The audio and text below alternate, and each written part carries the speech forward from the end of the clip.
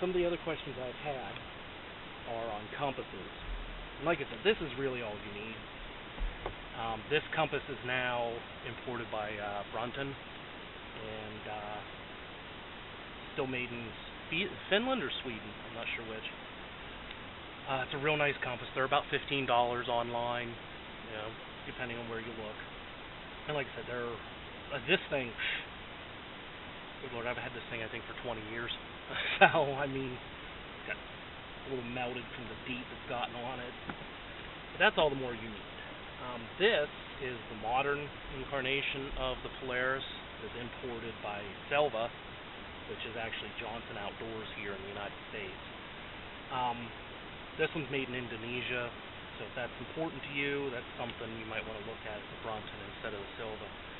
Really, as far as quality, I haven't noticed much of a difference, but I've heard there's a lot of quality control issues. So, again, that's up to you to look at. But other than that, they're essentially the same compass. Polaris is just a little longer. Another option, which is kind of the step up from the base plate compasses, is a mirrored sighting compass.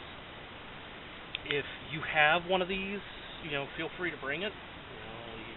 It'll work perfectly fine for the course, but you don't need to buy one if you don't want to. Like I said, $10-15, you have a compass that'll work.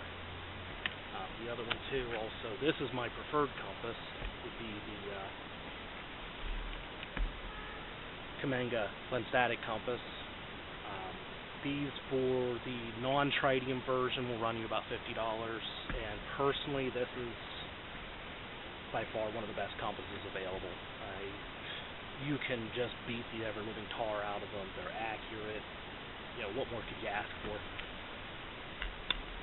But like I said, you don't need these. One of these will work perfectly fine for you for this course.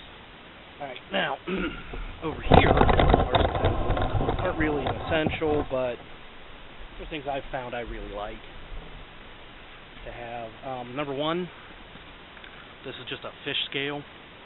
I use this to weigh my pack. Now, the reason that's important, when you're making notes in your notebook on your pace and your pace count, it's important to note how much your pack weighs, because an extra 10-15 pounds in your pack can make a heck of a difference on how many steps are, in 100 meters and in a kilometer and so on and so forth. So I consider this to be important, but it's not an essential. Another thing I like to carry along, this is just a real lightweight little monocular. It's just a 7 power. It's nice, you can sight in on things that are a little bit further away, maybe get a better view of whatever landmark it is you're trying to walk to. It's just nice. Again, not an essential, but can be fun to have. Alright. Next one here is just a map case. These are very nice. They add to the life of your maps so much. Actually, it goes this way, but and again, this is actually the area we're going to be doing the trip in. We'll camp the first night right about there, and probably the second night somewhere randomly in here. But this one is a Rothco, I think. I picked it up at a local shop. I just found it the other day, actually. I'm really liking it.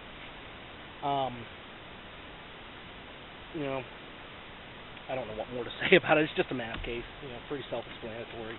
Adds to the life of the map tremendously, though. And what's nice is it gives you a bit of a writing surface. And then the last one is GPS. And if you have a GPS, feel free, go ahead, bring it along for this trip.